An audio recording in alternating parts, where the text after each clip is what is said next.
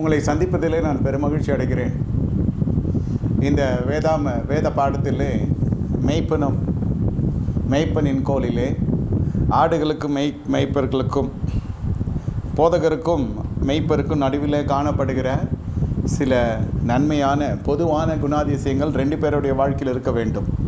அதனுடைய ஒரு காரியம்தான் என்னவென்று கேட்டால் சாட்சிகள். என்னை கேட்டுக்கொண்டிருக்க தேவனுடைய ஜனமே, சாட்சிகள் என்று சொன்னால் என்ன?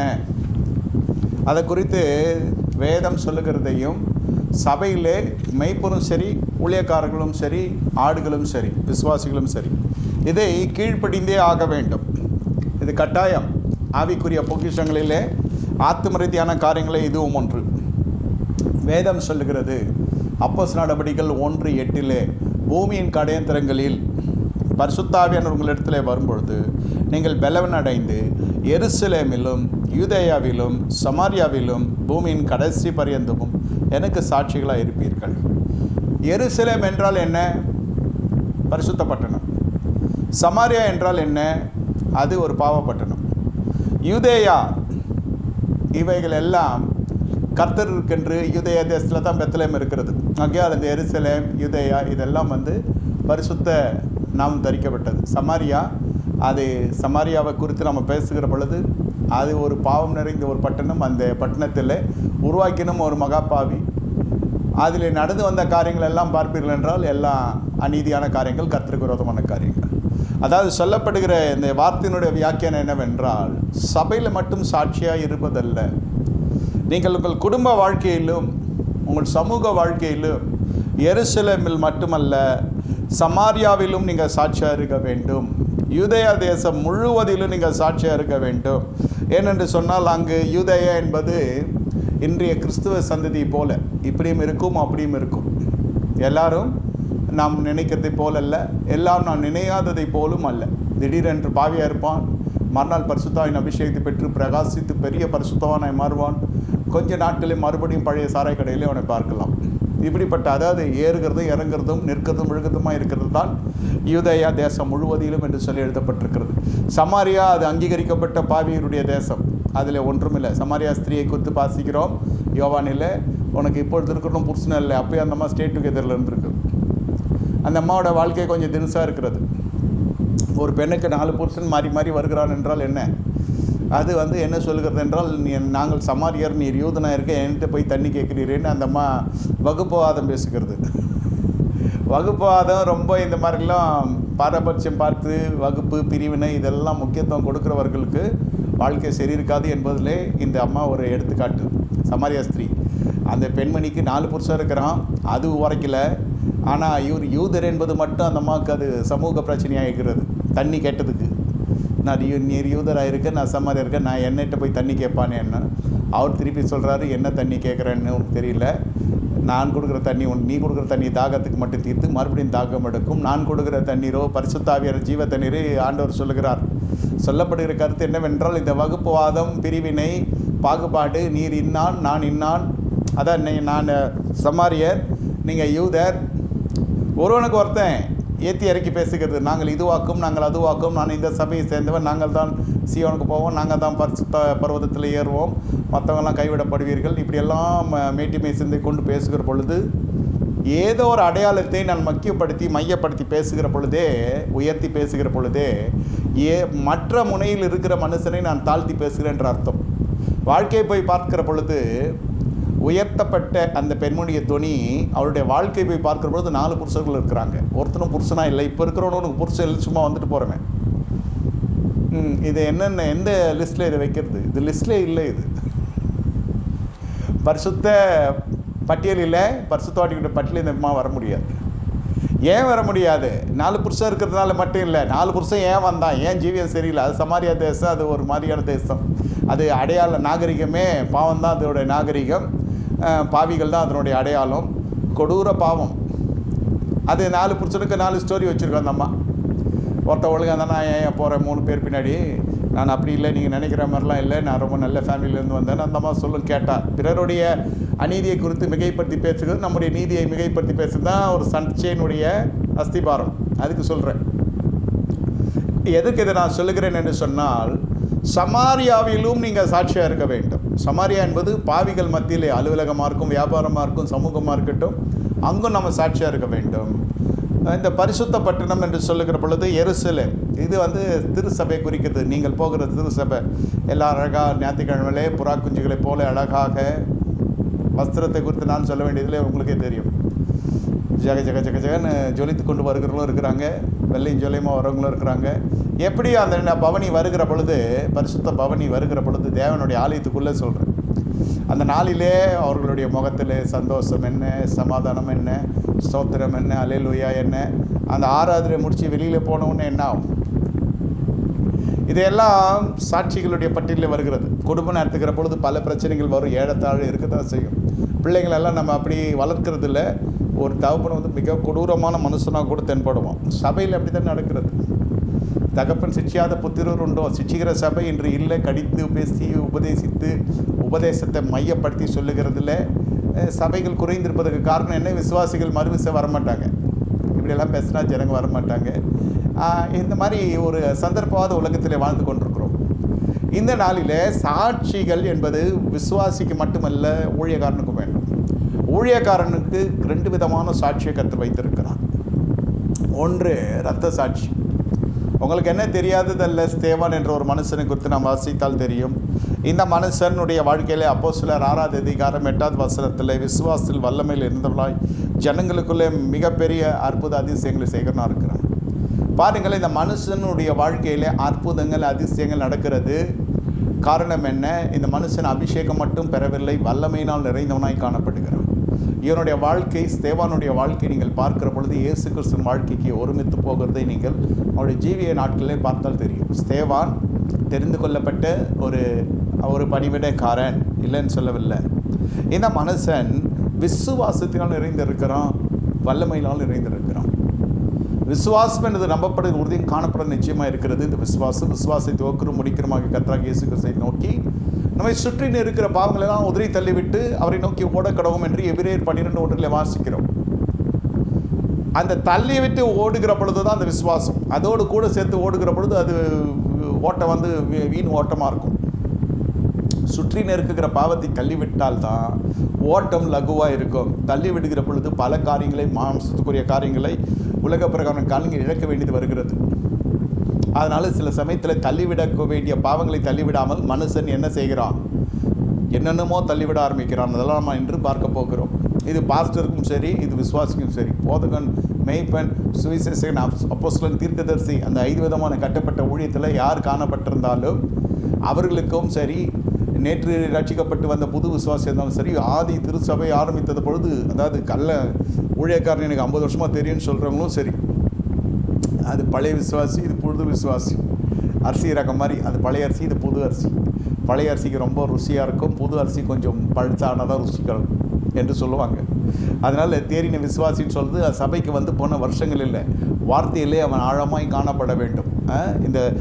இந்த மனுஷன் ஜீவன இரத்த சாட்சியை மறிக்கிறான். இந்த மனுஷனுக்குள்ளே வல்லமை இருக்கிறது, விசுவாசம் இருக்கிறது. பிரியமான தேவனோட ஜனமே, இந்த மனுஷனுடைய வாழ்க்கையிலே வல்லமை இருக்கிறது. இயேசு கிறிஸ்துவனுடைய வாழ்க்கையிலும் வல்லமை இருக்கிறது. எப்படி? என்னை தொட்டது யார்? என்னிலிருந்து வல்லமை புறப்பட்டு போனது.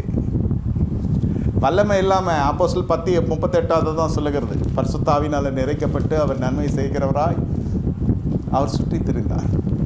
வல்லமையாய் தரித்து ஊழியம் செய்கிற மனுஷர்கள் வெகு சிலராக இருந்தாலும் அவர்களிலிருந்து புறப்படுகிற கிரியைகள் அது மிக வல்லமை கொண்டதாக இருக்கும், இல்லைன்னு சொல்லவில்லை. ஆனால் அதே சமயத்தில் அவருடைய வாழ்க்கையை நீங்கள் பார்க்கிற பொழுது, இந்த ஜனங்களுடைய வாழ்க்கை, இந்த வல்லமையினால் தரிக்கப்பட்ட வாழ்க்கை, ஸ்தேவான் விசுவாசத்திலும் வல்லமையினால் நிறைந்தவனாய் ஜனங்களுக்குள்ளே பெரிய அற்புதங்களை அடையாளம் செய்து வருகிறவனாக இருக்கிறான். இவன் வல்லமை தரித்தனாக இருக்கிறான், விசுவாசை தரித்தவனாக இருக்கிறான். இவன் மூலமாய் கர்த்தர் பலத்த அற்புதங்களை செய்கிறார். இந்த மனுஷன் யார்? இரத்த சாட்சியாய் மறிக்கிற பொழுது கூட பாருங்கள், 7ஆவது அதிகாரத்தில் இவன் என்ன செய்கிறான்? இவனுடைய வாழ்க்கையில் அவர்கள் இடத்துல 59 சொல்லுகிற, கர்த்தராகிய இயேசுவே என் ஆவியை எடுத்துக்கொள்ளும் என்று ஸ்தேவான் தொழுது கொள்ளுகையில் அவனை கல்லெறிந்தார்கள். இந்த ஜனங்கள் இப்படிப்பட்ட இந்த மனுஷன் என்ன செய்கிறான்? அவனும் முழங்கால் படியிட்டு, பிதாவே இவர்கள் செய்வது என்னதென்று அறியாமல் செய்கிறார்கள் என்று ஆண்டவராகிய இயேசு கிறிஸ்து எப்படி சிலுவையில் ஜீவனை விட்டாரோ அதே போல் இந்த 7வது அதிகாரம் அப்போஸ்தலர் 7வது அதிகாரம் 60வது வசனத்திலே அவன் அப்படி தான் சொல்லுகிறார். முழங்கார் படியிட்டு, ஆண்டவரே இவர்கள் மேல் இந்த பாவத்தை சுமத்தாதீர் என்று மிகுந்த சத்தமிட்டு சொன்னான். இப்படி சொல்லி நித்திரை இடந்தான் என்று வேதம் சொல்லுது. Slept in the Lord, never died. பரிசுத்தவானுடைய மரணம் சொல்லுகிறேன். இது இரத்த சாட்சி. இன்னொரு அருமையான தேவனுடைய பணிவிடைக்காரன் ஒரு இருக்கிறார். அவர் பேர் பிலிப்பு என்ற மனுஷன். இந்த மனுஷன் ஆதி திருச்சபையில் பந்தி விசாரிப்புக்காரனாய் தெரிந்து கொள்ளப்படுகிறான். பிலிப்பு, ஸ்தேவான் எல்லாம் ஒரே செட்டு. பிரியமான தேவனுடைய ஜனமே, இந்த மனுஷன் 7 பேரில் இந்த மனுஷனையும் தெரிந்து கொள்ளுகிறாங்க. ஆதி திருச்சபையில் பந்தி விசாரிப்புக்கு இவனை தெரிந்து கொள்ளுகிறாங்க. இப்படிப்பட்ட இந்த மனுஷன் என்னவென்று கேட்டால், இவன் ஜீவனுள்ள சாட்சி. என்னை கேட்டுக்கொண்டிருக்க தேவனுடைய ஜனமே, பர்மோனாவையும் யூதாவையும் தீமோனையும் 5வது அப்போஸ்தலர் நடவடிக்கைகள் 6வது அதிகாரத்தில் 5வது வசனம்.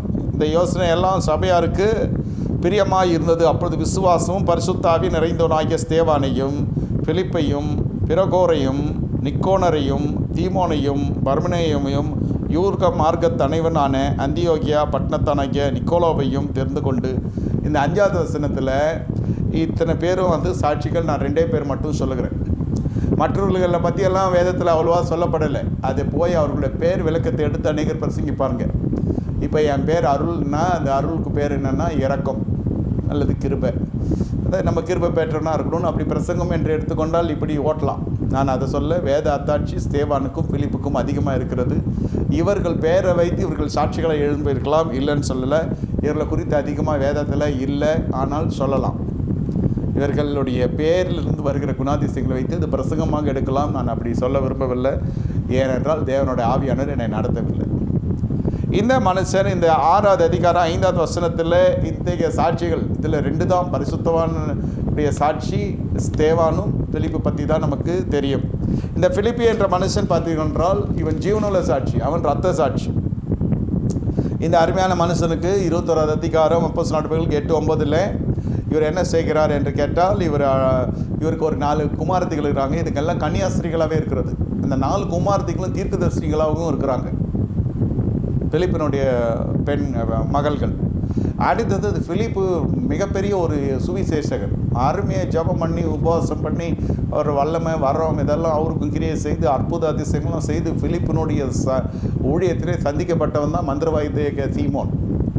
நம்ம அடிக்கடி சொல்லுவோம் இல்லையா, மனம் திரும்பி ஞானஸ்தானம் எடுக்கல, விசுவாசம் உள்ளவன ஞானஸ்தானம் எடுத்து நாசமாக போனால். அதனால ஞானஸ்தானம் மனம் திரும்பி எடுங்க. கொடுக்குறது அவ்வளோ சீக்கிரம் கொடுக்க மாட்டாங்க. உண்மையான ஊழியக்காரங்க அவனை போக்கும் வருத்தமும் வைத்து சபையில் வைத்து அவனை உபதேசத்தில் திருக்க செய்து, அவன் பால் மறக்கணும், அவன் பலமுன்ன போஜனம் கொடுக்கத்தக்கதாய் உபதேசத்தெல்லாம் நல்லா கற்றறிந்து சபைக்கு போக்கும் வருத்தமாக இருந்து, அதன் பிறகு தான் அவனை அந்த உபதேசத்துக்குள்ளே நிலைத்திருக்கிற பொழுது அவனே மனம் திரும்பி மறுரூபத்தினுடைய அனுபவம் சாட்சி பெற்று அப்போ தான் ஞானஸ்தானம் கொடுக்குறது. இதில் பாருங்கள், இது வேதம் சொல்லுகிற ஞானஸ்தானம். இவர் என்ன செய்கிறார்? பிலிப்பு செய்த தவறுன்னு சொல்லவில்லை. இந்த மனசு என்ன செய்கிறான்? ஞானஸ்தானம் கொடுக்குறான். சிலதெல்லாம் ஞானஸ்தானம் கொடுத்தா தான் திருந்தோம் அப்படின்ற பட்டியலில் கொடுத்தாங்களோ என்னமோ தெரியல, கொடுத்துட்டாங்க சீமோனுக்கு. இப்போ பிலிப்பு செய்த ஊழியத்துக்கும் கொடுக்கப்பட்ட ஞானஸ்தானுக்கும் தவறு என்று நான் சொல்லலை. இவர் ஜீவனுள்ள சாட்சி, ஸ்தேவான் இரத்த சாட்சி. அதுக்கு சொல்கிறேன், ஒரு ஊழிய வல்லமையாக போய் கொண்டிருக்கிறது. ஆவியினாலே எடுத்துக்கொள்ளப்படுகிற அனுபவம் பிலிப்புக்கு இருந்தது. அப்படிப்பட்ட ஒரு நல்ல அருமையான மனுஷன். அப்போஸ்தலர் 8வது அதிகாரம் 26வது வசனம் முதல் கொண்டு 38வது வசனம் வரைக்கும் பார்த்தீர்கள் என்றால், எத்தோப்பியா மந்திரிக்கு போய் ஒரு ஏசாயா தீர்க்கதரிசன ஆகமங்களை படித்து கொண்டு போன மனுஷனை பார்த்து 51வது அதிகாரத்தில் எடுத்து சொல்லி அந்த மனுஷனுக்கு இப்போ வழியிலே பார்த்து ஞானஸ்தானம் கொடுக்கிறார். பேப்டிஸ்ட் இவர் யோவான் சானகனுடைய ஊழியத்தை செய்கிறத போல தெரிகிறது, ஆனால் அதுதான் என்று சொல்லவில்லை. அப்போஸ்தலர் 8:13 சீமோன் ஆகிய மந்திரவாதிக்கு ஞானஸ்தானம் கொடுக்கிறார். இவர் ஜீவனுள்ள சாட்சி. 4 பெண்கள் இருக்கிறாங்க, மனைவி மக்கள். இப்படி நல்ல ஒரு குடும்ப பிரகாரமாக உலக பிரகாரமாய் ஒரு நல்ல ஒரு குடும்ப அந்தஸ்தோடு நல்ல அருமையாக அந்த குடும்பமும் தீர்க்கதரிசனம் உழைக்கிறாங்க மகள்கள்னால் பார்த்துக்கொள்ளுங்க. குடும்பமாக அவங்க கர்த்தருக்கு பயந்து வாழுகிற ஒரு குடும்பம். இது ஜீவனுள்ள சாட்சி. முதல்ல பார்த்தது என்ன? இரத்த சாட்சி, ஜீவனுள்ள சாட்சி. இரத்த சாட்சி விசுவாசிக்குத்தான் என்பதல்ல, இது ஊழியக்காரனுக்கு ஊழியக்காரனுக்கு தான் இரத்த சாட்சி என்பதல்ல. யார் வேணால் அது இரத்த சாட்சியாக கர்த்தருடைய தீர்மானம் தான். நல்ல ஊழியம் செய்து கொண்டிருக்கிற பொழுதே அவர்கள் ரத்தம் சிந்தி மடிக்கிறார்கள். அப்படி இருக்கிறவர் ரத்த சாட்சியாக போகிறாங்க. சில பேர் நல்லபடியாகவே ரத்தம் சிந்தாமலே நல்லபடியாக நித்திரை செய்கிறாங்க. அவங்க ஜீவனுள்ள சாட்சின்னு சொல்ல வரோம். 2 சாட்சி நம்ம குறித்து பார்த்துருக்குறோம். ரத்த சாட்சி என்னை கேட்டுக்கொண்டிருக்க தேவனுடைய ஜனமே, இதில் 3வது சாட்சிக்கென்று நீங்கள் என்ன செய்ய வேண்டும் என்றால் கொஞ்சம் நேரம் வாழ்க்கையிலே ஒதுக்கணும். ஜீவனுள்ள சாட்சி எனக்கும் 3 பிள்ளை இருக்கிறது, உங்களுக்கு ஒன்று 2 பிள்ளை இருக்கும், 1 பிள்ளை இருக்கும். சபையில் அதிகமாக பிள்ளை இருக்கிறது பார்த்தா எனக்கு தான் நான் நினைக்கிறேன் இந்த ஜென்ரேஷனில். சரி பரவாயில்ல, கர்த்தருக்கு ஸ்தோத்திரம், உங்களுக்கும் கொடுப்பாராக, இல்லைன்னு சொல்கிறேன். இப்போ 2 பேர் இருப்பாங்க, 3 பேர் இருப்பாங்க. இது எல்லாம் ஜீவனுள்ள சாட்சி, நாங்களும் ஜீவனுள்ள சாட்சி நாமே சொல்லக்கூடாது. சாட்சியில் ஆழம் இருக்க வேண்டும். என்ன சாட்சி? வேதம் சொல்லுகிறது, சங்கீத புஸ்தகம் 119 99 சொல்லுது, சாட்சிகள் என் தியானமாக இருக்கிறபடியினால் என்னை போதித்தவர் எல்லாரும் அறிவுள்ளவனாக இருக்கிறேன். சாட்சிகளை தியானித்து இருக்கிறீங்களா? என்ன சாட்சி? அந்த ஜெபம் பண்ணி முடிக்கிறப்போ சொல்கிறோமே, என் ஆத்மாவே கர்த்தரை ஸ்தோத்திரி, என் முழு உலகமே பரிசுத்த நாமத்தை ஸ்தோத்திரி. ஏஞ்சி போயிடாதீங்க. ஜெபம் முடிச்சு போயிட போகிறீங்க. அவர் செய்த சகல உபகாரங்களையும் மறவாதையும் கஷ்டம் சொல்லி முடிக்கிறோம் இல்லையா? இது சங்கீதம் 103 இருக்குது இந்த வசனங்கள், இல்லைன்னு சொல்ல. அதை நம்ம தியானிக்கணும். இல்லை, இது மற்றவர்களுக்கு எப்படியோ தெரியவில்லை. சபையார் இதை இந்த பயிற்சிக்குள்ளே நீங்கள் வரணும். அதுக்கு தான் இந்த சனிக்கிழமை உபவாச கூட்டத்தில் 1 மணி நேரம் நம்ம ஸ்தோத்திரமே பண்ணுறது. அது செய்த சகல உபகாரங்களை மறவாதே என்று ஆத்துமாவுக்கு சொல்லுகிற பொழுது அது அப்படியே நினைவுக்கு வரணும்.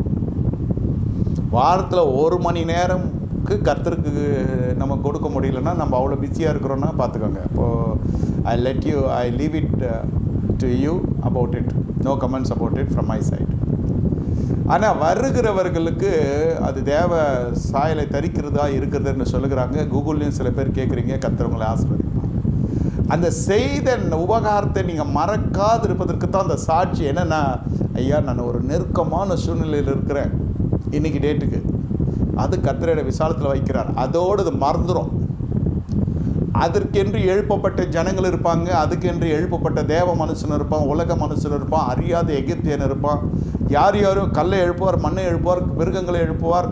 கர்த்தர் நமக்கு உதவி செய்வதற்கு காகங்களை அனுப்புவார், வானத்தை திறப்பார், தீர்க்கதரிசி எழுப்புவார், ஒரு வனாந்தரத்தில் எழுப்புகிற ஒரு மேய்ப்பன் இருப்பான். இப்படியெல்லாம் மனுஷன் மூலமாக செய்யறது உண்டு, புனிதன் மூலமாக செய்யறது உண்டு, மனிதன் மூலமாக செய்யறது உண்டு, நமக்கு எதிராளிகள் மூலமாகவே நமக்கு நன்மை செய்கிறது உண்டு. அப்படி அவனை எடுத்து மாற செய்து என்னப்பா ரொம்ப நாளாச்சு பார்த்துன்னு பேசி நமக்கு உதவி செய்துட்டு போகிறவங்களாம் இருக்கான். அவனே அப்படியே மறந்துடுறோம். இதெல்லாம் செய்த தேவனை அன்றைக்கே மறந்துடுறோம். அடுத்த பிரச்சனைக்கு போய் ஆண்டவரே என்று இருக்கிறோம். இது 2த்துக்கும் நடுவில் சங்கீதக்காரன் என்ன சொல்கிறாங்க? இந்த சங்கீதக்காரன் நான் உரிமையோடு சொல்வதுக்கு என்னென்னா, தாவீது தான் இதெல்லாம் செஞ்சுருக்க முடியும்.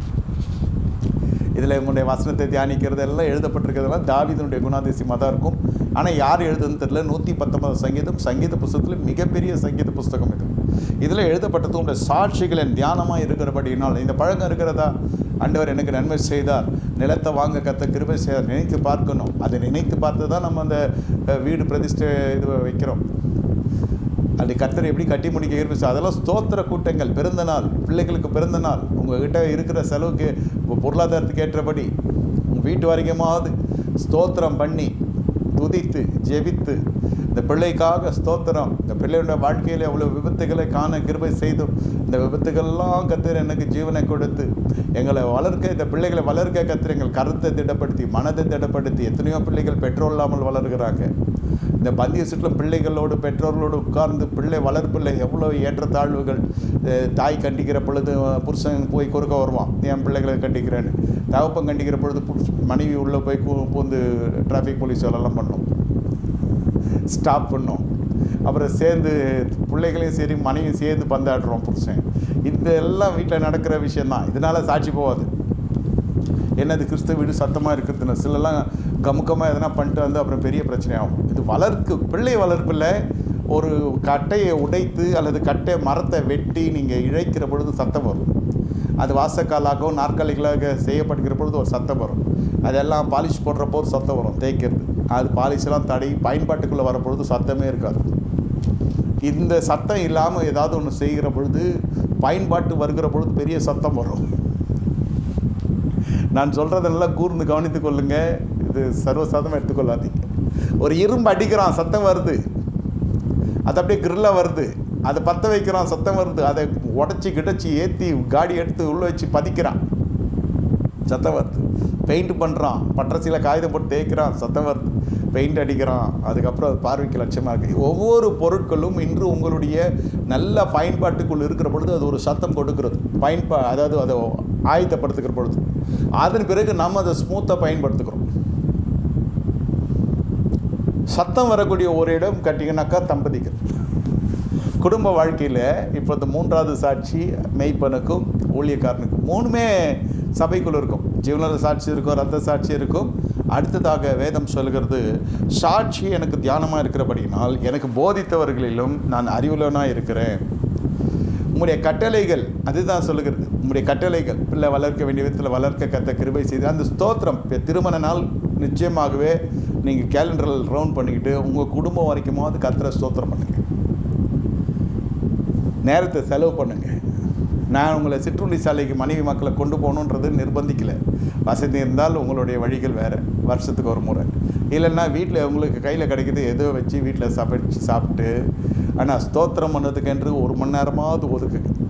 என்று எனக்கு திருமண நாள், திருமணமாகி இத்தனை ஆண்டுகள் ஆகிறது. இதெல்லாம் நீங்கள் ஸ்தோத்திரம் செலுத்துகிற நாள், இது பிறந்த நாள் பிள்ளைகளுக்கு. உங்களுக்கு பொருளாதாரத்துக்கு ஏற்றபடி நீங்கள் செய்யுங்க, நான் கடன் வாங்க சொல்ல. ஸ்தோத்திரம் பண்ணுறதுக்கு என்ன இருக்கிறது? இதெல்லாம் கட்டளைகளுக்கு. என் பிள்ளையை வளர்க்க வேண்டிய விதத்தில் வளர்க்க எனக்கு ஞானத்தை தந்தீரே. ஞானம் இல்லைனாலும் அந்த ஞானம் வரும். கடிந்து கொள்ளுதல், சபை அப்படி தான் கடிந்து கொண்டு தான் சிக்ஷிக்கிற பிரசங்கம் தான் பிணியாளியை ரட்சிக்கும். சும்மா ஏசு நல்லவர் தெரிஞ்சு தான் உள்ளே வரான். அப்புறம் மறுபடியும் ஏசு நல்லவர், ஏசு சமாதானம் கொடுக்குறாருன்னா அவன் சமாதானம் எதனால் போகுதுன்னு சொல்லணும் சபைக்குள்ள வரப்போ. இது மெய்ப்பனுடைய கொள்ளை வேத பாடத்தில் இன்றைய விசுவாசிகள் நாளைய ஊழியக்காரர்கள் என்ற அடிப்படையில் இதை நான் உங்களுக்கு போதிக்க கடமைப்பட்டிருக்கிறேன். இப்பொழுதே விசுவாசி இருக்கிற போதே கட்டளைகளை என்ன செய்யணும்? கை கொண்டிருக்கிறபடியினாலே, கை கொள்ளாத சில அறிவில் தெரியும், 10 கட்டளை அப்படியே ஒப்பிப்பான், எதையாவது ஒன்றுத்தில் மிஸ் பண்ணிடுவான். கை கொள்றதில்லை. கை கொள்ளுகிறபடியினால் முதியோர்களை பார்க்கிலும் ஞானமுள்ளவனாக இருக்கிறேன். இப்பொழுது நீதிமொழிகள் புஸ்தகத்தில் இங்கே வாசித்த 18 அதிகாரத்தில் ஞானத்தாலே வீடு கட்டி எழுப்படும், விவேகத்தாலே நிலைத்து நிறுத்தப்படும் என்று வேதம் சொல்லுகிறது. பிரியமான தேவனுடைய ஜனமே, நல்லா புரிந்து கொள்ளுங்க. சாட்சி என்பது உங்களுடைய ஜபத்துக்கு உபவாசத்தோடு கூட வருகிறதை போல சாட்சிக்கு ஒரு தனி மகிமை இருக்கிறது. என்னோடய சாட்சி என்ன? ஆண்டவர் என்னை ரட்சித்தார், கர்த்தர் எனக்கு குடும்பத்தை கொடுத்துருக்கிறார், கர்த்தர் எனக்கு பிள்ளை செல்வங்களை கொடுத்துருக்கிறார். இது வரைக்கும் பிள்ளையா, ஐயோ கல்யாணமா, ஐயோன்ற அந்த சர்ச்சை உச்சி கொட்டுறான்னா அவனை புரிஞ்சுக்கொள்ளணும். புருஷன் மேலே ஒரு அதிருப்தி மனைவிக்கு, மனைவி மேலே ஒரு அதிருப்தி, திருமணத்துக்கு அப்புறம் மிகப்பெரிய அதிருப்தி வருவதுக்கு காரணம் என்ன? அதெல்லாம் நம்ம ஸ்தோத்திரம் பண்ணுறது. பிரச்சனை வர ஒவ்வொரு குடும்பத்துலேயும் பிரச்சனை வருவதுக்கு முன்பே அவன் மனத்திற்குள்ளே நன்றி கெட்டதனம் அது இருக்கிறது. திருமணத்துக்கு முன்பே 3 கால் அப்படியே பிடிச்ச மொசலுக்கு 3 காலுன்னு சொல்லி, இல்லை 4 காலுன்னு சொல்லி, 3 காலுன்னு சொல்லி கட்டினா இந்த மனசு தான் கட்டுறன்றது. அதுக்கப்புறம் அது முதல்ல வெட்டி விட வேண்டிய உறவே இந்த மனைவி தான். முதல்ல இதை தள்ளிவிட வேண்டிய காரியமே அதனால தான் சொல்லுகிறது. இப்போ புரிகிறதா? எதை தள்ளிவிட வேண்டும், எதை தள்ளிவிடக்கூடாது என்று வேதம் சொல்லுகிறது என்பதை குறித்து நான் சொன்னேன். இது விசுவாசிகளுக்குள்ளே நடக்கிற காரியம். சபைக்கு வர்றது, நீங்கள் ஊழியக்காரனை தாங்கிறது, அல்லது அன்பாக பேசுகிறது, வந்த வீடு சந்திப்பில் உபசரிக்கிறது, நல்லா புரிந்து கொள்ளுங்க. இதெல்லாம் உங்களுக்கு சாட்சிகளை கொண்டு வரும். நீங்கள் 1000 ரூபா கொடுத்தாலும் சரி, 1 கோடி ரூபா கொடுத்தாலும் சரி, அது விஷயம் வேறு. இது அப்படி இல்லை. அது வேறு மாதிரி. பாரமான யாவற்றையும் ஆகையால் 12 எபிரேயர் 12:1 பாருங்கள். ஆகையால் மேகம் போன்ற திரளான சாட்சிகள். திரளான சாட்சிகள்னா என்ன? எனக்கு சாட்சி இல்லையா? கர்த்தர் எதுவுமே செய்யலை. உனக்கு குடும்பத்தை கொடுத்துருக்காரு, மனைவியை கொடுத்துருக்காரு, மனைவிக்கு புருஷனை கொடுத்துருக்காரு, பிள்ளைங்களை கொடுத்துருக்காரு, வாடகை வீடோ சொந்த வீடோ தனி கொடுத்தனம் பண்ண கர்த்தர் ஞானம் கொடுத்துருக்காரு, வேலை கொடுத்துருக்காரு, வருமானத்தை கொடுத்துருக்காரு. நம்ம புத்தி இல்லாமல் அந்த பொருளாதார நிர்வாகம் தவறினதுபடினால் நம்ம கடன் பட்டுட்டோம். அந்த கடன்லேருந்து கர்த்தர் நம்ம விடுவித்து கொண்டு வருகிறாரு. இதெல்லாம் சாட்சி தான். சாட்சிகளை தியானிக்கணும். சாட்சிகளை தியானிக்கிற பொழுது நான் என்னவாய் மாறுகிறேன்? நான் ஞானமுள்ளவனாய் மாறுகிறேன். நம்முடைய கட்டளைகளை நான் தியானிக்கிற பொழுது எப்படியா மாறுகிறேன்? என்னை போதித்தவர்கள் நான் அறிவுள்ளவனாய் ஞானமுள்ளவனாய் நான் மாறுகிறேன். முதியோர்களை பார்க்கல ஞானமுள்ளவனாய் மாறுகிறேன். முதியோர் இடத்துல ஞானம் இருக்கும் என்று வேதம் சொல்லுகிறது. கட்டளைகளை தியானிக்கணும், சாட்சிகளை தியானிக்கணும். நம்முடைய வாழ்க்கையில் எப்படி இருந்தோம், நம்ம திருமணத்துக்கு முன்பு நம்ம எப்படி இருந்தோம் இல்லை சொல்கிறேன். சில பேர் நல்லா இருந்தேன் ஐயா திருமணத்துக்கு முன்னே, அதுக்கப்புறம் வாழ்க்கையை போச்சு ஐயா. இல்லை திருமணத்துக்கு முன்னே நீ தனிமையாக இருந்த, உனக்கென்று எதுவும் இல்லை. தாய் தகப்பன அந்த முதுமை அவர்கள் உள்ளே போகிறப்போ அது ஒன்று ஒன்றா பலன் இழந்து கொண்டே வரும். நீங்கள் இளைஞனாய் வந்து கொண்டிருக்கிறீர்கள், வாலிப பெண்ணாய் வந்து கொண்டிருக்கிறீர்கள். தகப்பன் தாய் பெற்றோருடைய முதுமை உள்ளே வர ஆரம்பிக்கிறது, பிள்ளைகளுடைய இளமை துளிர்க்க ஆரம்பிக்கிறது. இது திருமண நேரம் வருகிற பொழுது இதான் இள வயதின் மனைவிக்கு கர்த்தர் சாட்சியாக இருக்கிறார் என்று மல்கியாவில் வாசிக்கிறோம். யாருக்கு? இளம் வயது மனைவிக்கு கர்த்தர் சாட்சியாக இருக்கிறார். ஆணை விட பெண்ணுக்கு வயசு குறைவாக இருக்கணும்னு சொல்கிறதுக்கான காரணம் தான். இப்போ எபிரேயர் 12:1 மேகம் போன திரளான சாட்சிகள் நம்மை சூழ்ந்து கொண்டிருக்க பாரமான யாவற்றையும் விட்டு நம்மை சுற்றி நெருக்கி நிற்கிற பாவத்தையும் தள்ளிவிட்டு. எதை தள்ளிவிடணும்? பாரமான யாவற்றையும். நம்ம மனமே ஒரு பெரிய பாரம். நான் ஏன் இந்த பெண்ணை திருமணம் செய்தேன், ஏன் இந்த மனுஷனை திருமணம் செய்தேன், ஒரு தீர்க்கதரிசி அப்போ வரலையே, பல்லாமா வேணாமான்னு சொல்கிறதுக்கு.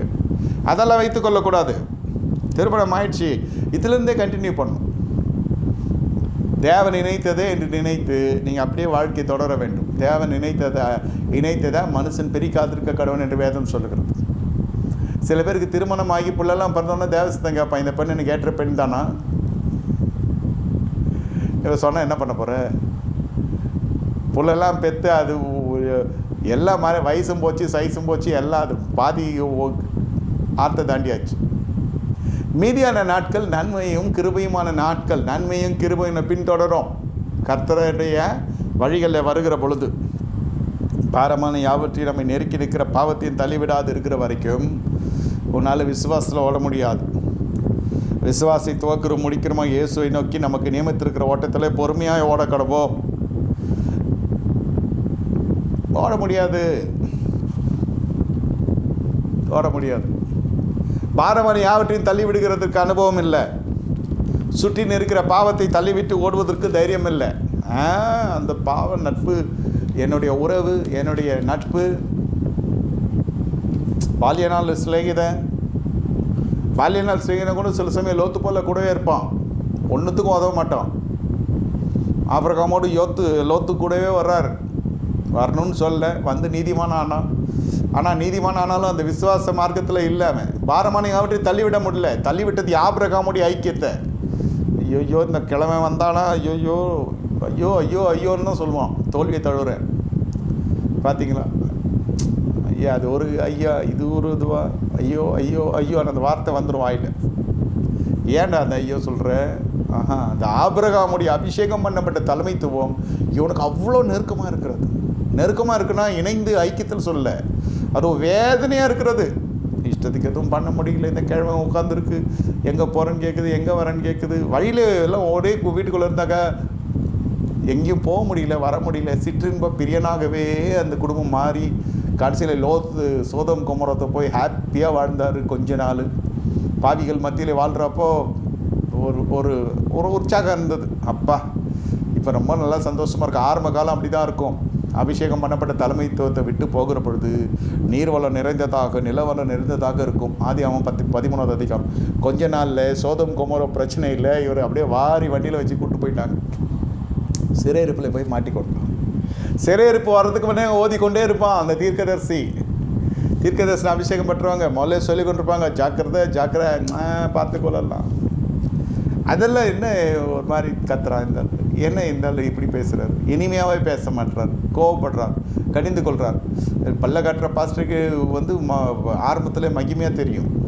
ரொம்ப அழகாக சிரித்து சந்தோஷமாக நல்லா சிரித்து பேசுகிறாரு, ஸ்மூத்தாக பேசுகிறாரு, சாஃப்டாக பேசுகிறாரு. அது சரக்கு இல்லை, அது வேறு ஆட்டிடியூடில் இருக்குது. அவன் மாம்ச பிரியனாக இருப்பான். இது கத்தி கூச்சல் போட்டுறவன் காரணம் என்னன்னாக்கா அது உங்கள் மேலே வாழ்க்கையில் இருக்கிற அக்கறையில் செய்கிறப்போ அது சில சமயம் கடுமையாகிடும். அதனால் சபையை விட்டும் போயிடுவான் சில பேர் இதை பார்த்துட்டு போய் திரும்பி வந்து ஜாயின் பண்ணுறவருக்கா. சில பேர் போனவன் தான், திரும்பி வர்றதும் இல்லை. பாவத்திலே அவன் PhD வாங்கிடுவான். பாவத்தில் சொல்கிறேன், முதல்ல கொஞ்சம் அப்புறம் யூஜி, அப்புறம் பிஜி, அப்புறம் எம்ஃபில், அப்புறம் ரிசர்ச் பண்ணி அதில் பெரிய ஆளாகிடும்.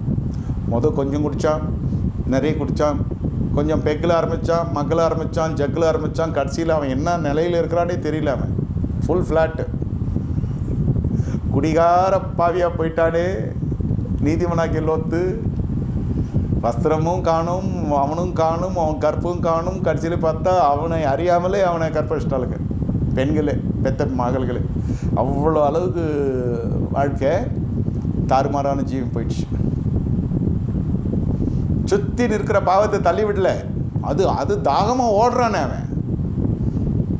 சில பேர் இந்த ஃபோனை பார்த்து அந்த எஸ்எம்எஸ், அந்த வாட்ஸ்அப், மாணிக்க எஸ்எம்எஸ் இல்லை இப்போ வாட்ஸ்அப், அந்த கால், அந்த ஒரு கால் வர்றப்போ அந்த துணி, ஆணாக இருக்கட்டும் பெண்ணாக இருக்கட்டும், அதெல்லாம் நல்ல உறவு இல்லை, நல்ல உறவு இல்லை.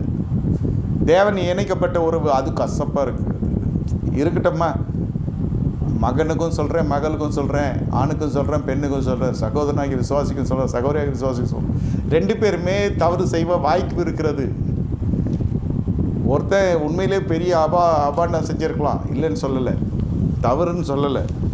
ஆனால் நமக்கு சுற்றி தள்ளுகிற பாரம், இந்த பாரத்தை தள்ளணும். இது குடும்பம் ஒரு பாரமாக இருக்கக்கூடாது. குடும்ப பாரம், பொருளாதார பாரம், பிள்ளைகள் பாரம், இதெல்லாம் பாரமாக தெரியக்கூடாது. இதுலேருந்து நம்ம unless you work it out, you cannot able to achieve success. அரிசியாக தான் இருக்கும், அது தண்ணி ஊற்றி சோத்தை வடிச்சா தான் தெரியும். அது வடிக்கிறதுல குழஞ்சிடுது, சில சமயம் வரையாக இருக்குது. கொஞ்ச நேரம் என்ன சொல்லுவோம், புது அரிசின்னுவோம், அப்புறம் என்ன சொல்லுவோம், இது பழைய அரிசின்னுவோம், அப்புறம் என்ன சொல்கிறது, ஏதோ ஒன்று பண்ணி அதில் நம்ம எப்படியா தப்பிக்க பார்ப்போம். அந்த சாப்பாடு வடிக்கிற விஷயத்துலேயே எவ்வளோ பிரச்சனை இருக்குது. அப்புறம் குடும்பம்னா ஒரு மனுஷனோடு வாழ்கிறப்ப பிரச்சனை இல்லாமல் இருக்காது. நம்ம தான் அதை சரி பண்ணணும்.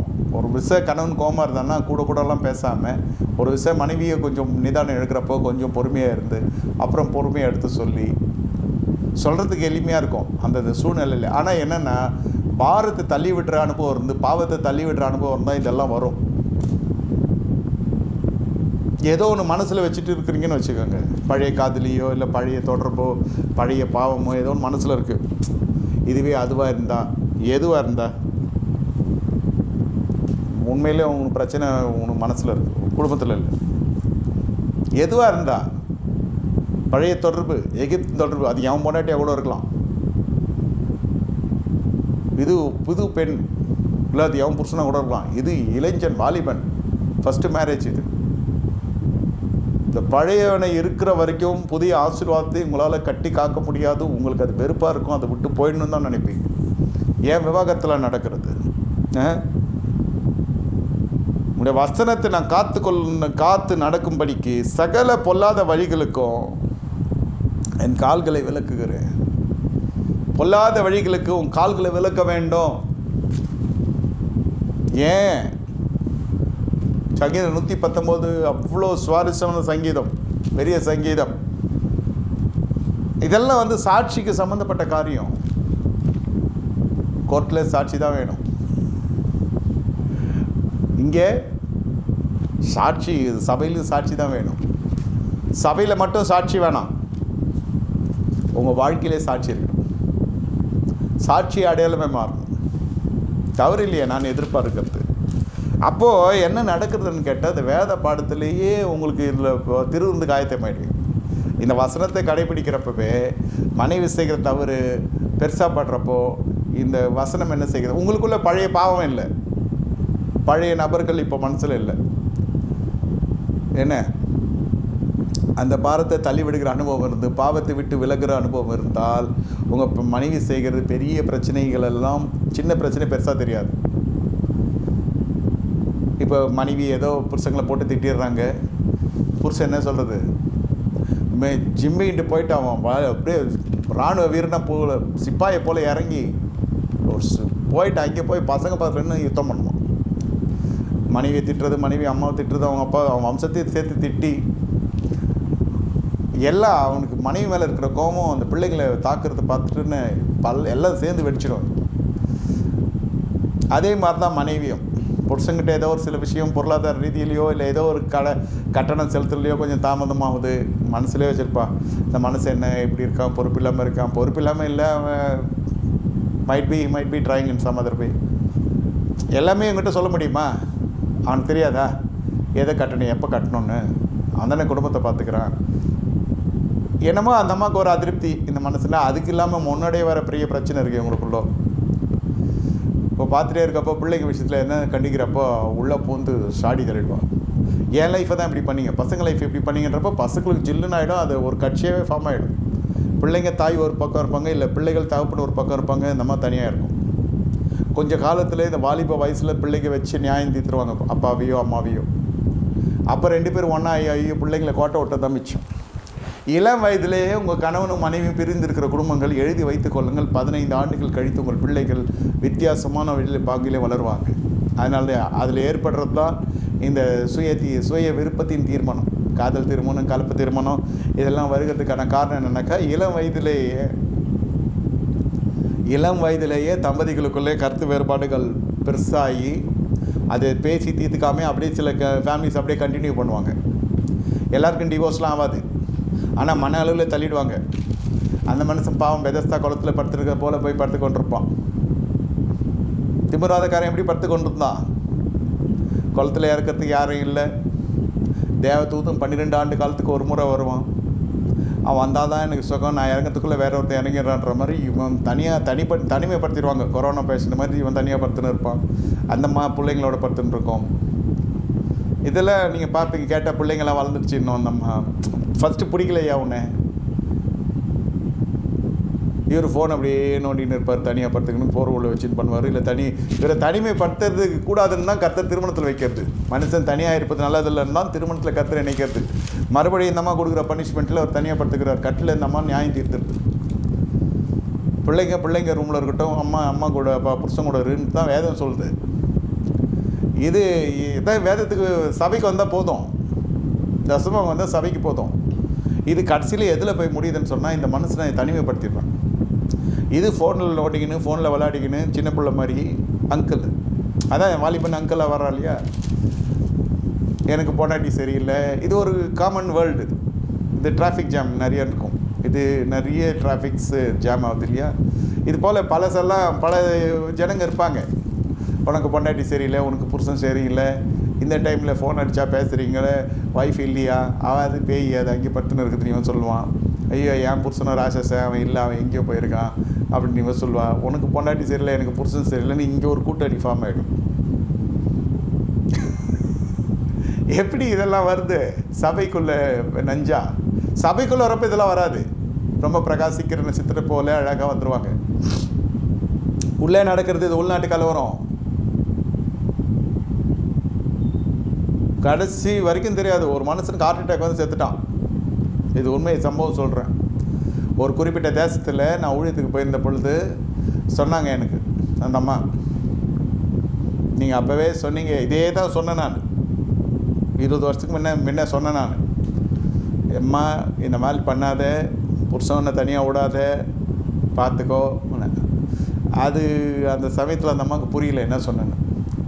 ஒரு 20 ஆண்டுகள் கழித்து இந்த அம்மா என்னை தேடி வந்தாங்க இந்திய தேசத்துக்கு.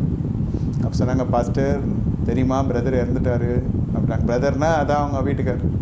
சரிம்மா தெரியும், கேள்விப்பட்டேன், ஆனால் நான் மறக்கவே மாட்டேன் உங்களை. நீங்கள் அன்றைக்கி சொன்னீங்க 20 ஆண்டுகள் முன்பு இந்த மாதிரிலாம் செய்யாத நீங்கள். நான் தனியாக அந்த மனுஷனை படுக்க வச்சேன்.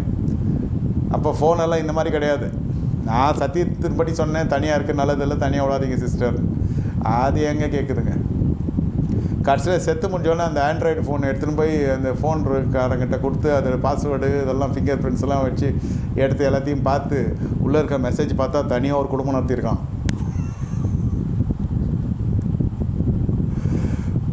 கொடுக்குற மெசேஜ் பார்த்தா ஒரு நாள் எனக்கு இந்த மாதிரி மெசேஜ் பண்ண, உனக்கு எதுக்கு மெசேஜ் பண்ண, நீ தான் கொழுக்கட்ட மாதிரி உட்காந்துருக்கிறிய, எனக்கு இந்த மாதிரி மெசேஜ் ஒரு நாள் கூட பண்ணதில்லைன்னா உனக்கு எதுக்கு மெசேஜ் பண்ணணும்? எவன் பொண்டாட்டிக்கு பண்ணியிருக்கான், நீ அவன் சொந்த பொண்டாட்டிக்கு யாரும் மெசேஜ் ஏன் பண்ணணும்? சிலது நல்லா வாழ்றது பார்த்தீங்களாக்கா, மெசேஜ் பார்த்தீங்களாக்கா தமாஷாக இருக்கும். நேச்சுரல் சக்ஸஸ்ஃபுல் ஃபேமிலி மெசேஜ் எடுத்து காட்டுவாங்க. சில பேர் பிரதர்ஸ் காட்டுவாங்க என்கிட்ட, சகோதரமார்கள், ஐயா என் மனைவி அனுப்பிச்சிருக்க மெசேஜ் பாருங்கள். அது ஃபுல்லாக மளிகை சாமான் லிஸ்ட்டு தான் இருக்கும். இதை வாங்கினுவா அதை வாங்கினுவா, வாழ்கிறாயா, தப்பு இல்லையே. பசங்களுக்கு இது வாங்கினுவா அது வாங்கினுவா, இதுவா பேம்பர்ஸ் வாங்கினுவா அது வாங்கினுவா இது வாங்கினுவா சொல்கிறேன். அது வாழ்கிற ஃபேமிலி. என்னமா சொல்லி குறப்பட்டது, எனக்கு ஒரு நாள் கூட இப்படி மெசேஜ் பண்ணதில்லை. உனக்கு ஏமா மெசேஜ் பண்ணணும், நீ தான் வாழ்கிறிய, ஒன்றுங்களும் அது தெளிவு வரல. பார்த்தா ஒரு மெசேஜ் தான் இப்படி பார்த்துருக்குன்னு பார்த்தா 4 பேர் கூட இது இப்படி தொடர்பில் இருக்காங்க. விசுவாசி. நல்ல வேலை இது ஃபோன் இவன் உயிரோடு போயிடுச்சு. இந்த மாதிரி கீமா பண்ணிகிட்ருக்கோம். இந்த ஆள் குக்கரில் வெட்டி போட்டு பிரியாணி பண்ணிட்டுருக்கோம். பார்த்த 4 பெண்களோடு இவர் வாழ்க்கை நடத்தி கொண்டிருக்கிறார். எல்லாமே இந்த ஃபோனில் வந்துடுது. அவள் மணி ட்ரான்ஸ்ஃபர் பண்ணதும் வருது, இவன் ட்ரான்ஸ்ஃபர் பண்ணது, இவங்களுக்குள்ள குடும்பமே நடந்துன்னு இருக்குது. அவங்களுக்குள்ள ஊழலான செய்திகள் என்ன, ஆபாச செய்திகள் என்ன, ஆபாச படங்கள் பரிமாற்றப்படுகிறது என்ன, இந்த மாதிரி 4 பேர் வச்சு வாழ்ந்துருக்குறாங்க. ஃபோனில் வாழல, நேரில் போயிட்டு வர்றது. அது இல்லாமல் ஃபோனில் அதான் நைட்டு தனியாக தானே படுத்துருக்கிறார் இவர். இப்படியாக போய் கடைசியில் நைட்டு படுத்தாரு, காலைல ஏஞ்சிக்கல, செத்துட்டான் அந்த மனுஷன். கண்ணை மூடி படுத்துருக்காரு, டின்னர் சாப்பிட்டு. நான் காலையில் எழுந்துக்கல. அப்போ நடந்தது இந்த சமாச்சாரங்கள்லாம். எப்படி இருக்கும்? மறுநாள் காலைல ஆல் ஆஃப் சடன் அழுது புலம்பி எல்லாம் முடிச்சு, துக்க நாட்கள்லாம் முடிஞ்சு ஃபோனை போய் ஃபோன்காரங்கிட்ட கொடுத்து ஓப்பன் பண்ணி பார்த்தா இப்படி இருக்கிறது. அந்த ஆள் கூட வாழ்ந்த நாளை விட இந்த ஆள் மறித்த பிறகு நான் ரொம்ப கஷ்டப்பட்டேன்.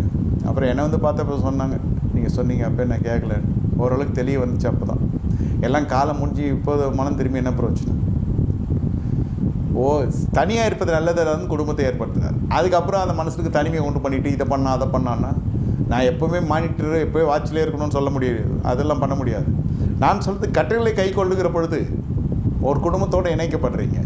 அப்புறம் அவங்க அம்மாவை போட்டு அந்த சாடுறது 2 பேரையுமே சொல்கிறேன். பிடிக்கலையா அது வேறு மாதிரி நம்ம சொல்லலாம். ஒரு டிஷ்ஷு பிடிக்கல, அதை நம்ம தூக்கி அடிப்போம் மூஞ்சில். அப்போ நம்ம நிதானம் இல்லைன்னு அர்த்தம். வேணான்ற மாதிரி தள்ளி வைக்கலாம். சில பதார்த்தங்கள் சிலருக்கு வாயினமாக இருக்கும், ருசியாக இருக்கும். சில பதார்த்தங்கள் பழக்கத்தில் இருக்காது. அதுபோல் சில குணாதிசயங்கள் கொண்ட மனசில் பார்க்குற பொழுது பயப்படுவார்கள், வேணானே ஒதுக்கிடுவாங்க. இல்லைன்னு சொல்ல. அது நமக்கு வீட்டுக்குள்ளே வர மாமியாராக இருக்கும், மாமனாராக இருக்கும், மச்சானாக இருக்கும், உறவு முறைகளாக இருக்கும். அது எப்படி நம்ம கையாளணும்னு தெரியாது. அதுதான் ஞானம். அதுதான் சொல்லுது. ஞானம் பெரியவர்களை காட்டிலே ஞானவானாக இருக்கிறேன் அது சொல்லுறதுக்கான காரணம், சாட்சிகளையும் கட்டளைகளையும் தியானிக்கிற பொழுது இந்த ஞானத்தை கற்று தருவார். அதான் பெரியவர்களை காட்டலைன்னா அதுக்கெல்லாம் பெருசு. நம்மளோ வாலிபம். கட்டளை தியானிக்கிற பொழுது பெரியவர்களை காட்டில ஞானமுள்ளலாம் மாறும். மாமனார் மாமியார்லாம் பெரியவங்களாக தானே இருப்பாங்க. கொஞ்சத்தில் எவ்வளோ பார்த்துருப்பாங்க. கவுண்டர் அதுக்கு ஏற்ற மாதிரி கொடுக்கணும், பேச்சில் இல்லை. அடுத்த விஷயம் அந்த பிரச்சனை வராத அளவுக்கு நம்ம நடந்து கொள்ளணும். மாப்பிள்ளையோடைய ஞானம், அந்த பெண்ணுடைய ஞானம் குணசாலை ஸ்ரீயை போல் இருக்கணும். சிலதெல்லாம் பார்த்து கொஞ்சம் நடந்து கொள்வது. அந்த பக்குவம் எல்லாம் டிரைவிங் மாதிரி இதெல்லாம் சொல்லி தர முடியாது பிரசங்கத்தில். அந்தந்த சிச்சுவேஷனில் தான் சொல்ல முடியும். ஒரு 5 கிலோமீட்டர் போகிறவன் ஃபஸ்ட்டு கியர்லேயே போக முடியாது. இப்போ சென்னை பட்டணத்தில் ஃபஸ்ட்டு கியரில் தான் போக முடியும். டிராஃபிக் ஜாம் 5 கிலோமீட்டர் இருக்கும். நீ 3, 3rd போட்டு 4th போட்டு ஆக்சிலேட்டர் கொடுன்னா அவ்வளோதான். முன்னாடி இருக்கிறவன் என்ன ஆகும், பின்னாடி இருக்கிறவன் என்ன ஆகும். ஸ்விம்மிங் மாதிரி தான், டிரைவிங் மாதிரி தான் குடும்ப வாழ்க்கை. நம்ம சொல்லிக் கொடுத்து கீர் போட முடியாது. சிச்சுவேஷனுக்கு ஏற்ற மாதிரி தான் நம்ம வண்டி ஓட்டுறோம் இல்லையா? அதுபோல் சூழ்நிலைக்கு ஏற்றபடி தான் நம்மளுடைய வாழ்க்கை பயணங்கள் இருக்கும். அதை சரியாக பண்ண தெரியணும். ஒரு மனுஷன் வாழ்கிறீங்க. இந்த இடத்துல மல்கியா தீர்க்கதரிசன புஸ்தகத்தில் ஆண்டவர் சொல்லுகிறார், என்ன அழகாக சொல்லப்படுகிறார் பாருங்கள். 14வது வசனத்தில், ஏன் என்று கேட்கிறீர்கள், கர்த்தர் உனக்கும் உன் இளவயதின் மனைவிக்கும் சாட்சியாக இருக்கிறார். உன் தோழியும் உன் உடன்படிக்கையின் மனைவியாக்கி அவளுக்கு நீ துரோகம் பண்ணினாயே. உடன்படிக்கையின் மனைவிடாப்பா, அது எவ் மனைவிக்கோ இல்லை, அது உன்னுடைய இளவயதின் மனைவிக்கு சாட்சியாக இருக்கிறார். இந்த 13 சூப்பராக எழுதப்பட்டிருக்கு பாருங்க. அவங்க 2ஆம் தரமும் இதை செய்து பலிபீடத்தில் அழுகையினாலும் கண்ணீரினாலும் பெருமூச்சினால் நிரப்புகிற ஆகியால் இனி அவர் காணிக்கை மதியார். அவர் உங்கள் கைகளின் பிரியமாக ஏற்றுக்கொள்வதில்லை. ஏன் என்று கேட்கிறீர்கள். காணிக்கையெல்லாம் ஏற்றுக்க மாட்டார். இந்த வேசித்தன முகாந்தத்தில் இருக்கிறவனால காணிக்கை செலுத்த முடியாது. இந்த ஊழியத்துக்கு அந்த ஊழியத்துக்கு அந்த ஊழியத்துக்கு இந்த ஊழியத்துக்கெல்லாம் கொடுப்பானே தவிர இங்கே கொடுக்கறது இல்லைன்றதுக்காக சொல்ல கொடுப்பான். அப்படியெல்லாம் கொடுத்துட்டு போவோம். அதாவது காணிக்கை அப்படியே இறஞ்சி போவோம். ஒழுங்கான இடத்துக்கு வராது. அது சத்தியத்தை கேட்குறதுக்கோ விடுதலை பெறத்துக்கோ வராது. ஆனால் அந்த அறிமுகம் இருக்கும். அந்த மனுஷனுக்கு அமெரிக்காலேருந்து வருது, ஆஃப்ரிக்காலேருந்து வருது, ஆஸ்திரேலியாலேருந்து வருது, நான் ஏன் கொடுக்கணும், நான் ஏழைங்களை தாங்குறேன்ட்டு அப்படி போயிடுவான். இவன் போய் கொடுத்தா அவன் வாங்கி சாப்பிட்றவனா இருக்கும். இவனுடைய விஷயம்லாம் தெரியாது. இங்கே எல்லா விஷயமும் தெரியும். அதை இவன் ஏற்றுக்கொள்ள மாட்டான்.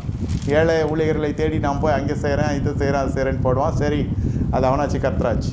ஆனால் இங்கே என்ன சொல்கிறப்பனா, உன் காணிக்கே நான் ஏற்றுக்க மாட்டேன். நான் என்ன நினைப்பேன்னா, கர்த்தர் அவன் காணிக்கை ஏற்றுக்கல, அதனால தான் அவன் செலுத்தலை நான் நினைப்பேன். அவன் காணிக்க வேணாம். அவனுக்குள்ளே ஒரு துரோகம் போய் கொண்டிருக்கிறது. யாருக்கு துரோகம் பண்ணுற? இளம் வயதின் மனைவிக்கு துரோகம் பண்ணுற.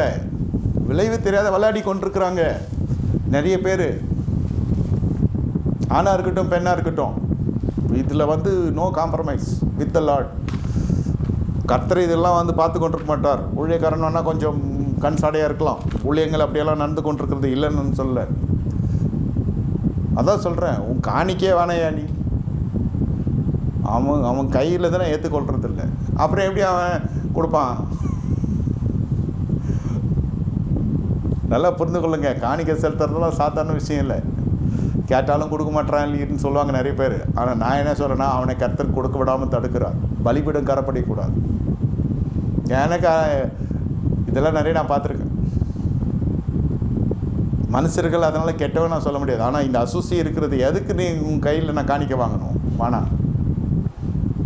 அதை தான் சொல்கிறது, கர்த்தர் அனுமதித்தான் தான் கொடுக்குறது. நிறைய பேர் என்கிட்ட சொல்லி வருத்தப்பட்டிருக்காங்க, என் விசுவாசி எங்கெங்கேயோ கொடுக்குறான், இங்கே கொடுக்க மாட்டான், அவன் எங்கெங்கேயோ போகிறான். ஐயா ஆமாம்மா, நீங்கள் சொல்கிறது கரெக்ட். ஏதோ ஐக்கியங்கள்லாம் அவனுக்கு தெரியும். அது இல்லை, அவன் வீட்டை விட்டுட்டு வேறு எங்கெங்கேயோ மேயிறான். இந்த ஆடு எங்கேயோ மேயுது. ஊழியத்தில் மட்டும் ஆவிக்குரிய ரீதியில் சொல்ல, பூமிக்குரிய ரீதியிலே புருஷ பொண்டாட்டிக்குள்ளே பெரிய பிரச்சனை இருக்கும். அப்படிப்பட்டவனால காணிக்கை கொடுக்க முடியாது.